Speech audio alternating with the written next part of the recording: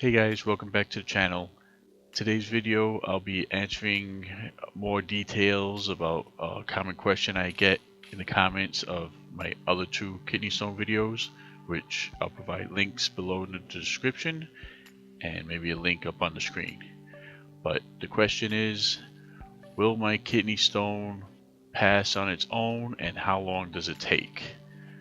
Well, let's talk about size of the kidney stones. Well, we look at stones here and we have the dime and the pencil and the ruler as scale so that you see what a stone is really shaped like and how it's measured.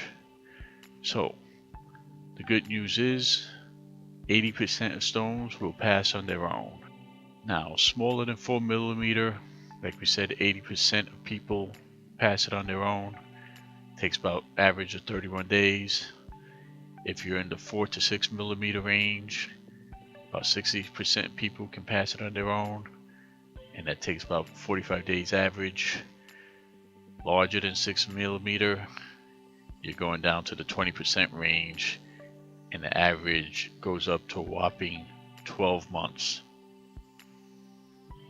Usually in the 4 to 6 millimeter, if you're seeing a urologist, they pretty much want to get in there and do a procedure because that's how they make their money.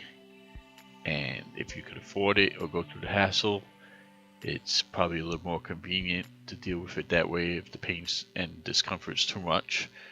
But if you could hold on a little bit longer and try to wait it out and pass it on your own, then that's probably an option, unless it's too painful or too inconvenient. Now the ureter connects the kidney to the bladder.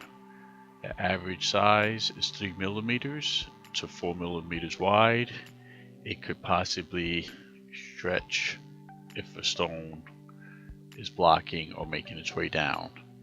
Now, as you see, stones are not perfectly round, so it takes a little finessing to get the stone set up to start to pass. And when it passes, you can see how sharp stones are with sharp jagged edges. It could go down nice and easy if it's smaller, but if it's a tight fit, it's gonna scratch and cut you up, producing more blood in the urine, going slower and causing more pain due to blockage of urine. The pain comes from the kidneys in the back when the urine is blocked and the kidneys begin to swell, and all the nerve endings in the kidneys go crazy and cause the stabbing pain that has no relief in the back. Once the stone passes into the bladder, the urine continues to flow freely, and therefore the pain goes away. Now pretty much once the stone is in the bladder, if it made it down the ureter, it will make it down the rest of the way. Again, the time that it takes depends, I believe, on the amount of urine you have to pass it and the lineup of the stone. If it's oval, it's going to have to wait for the moment where it lines up.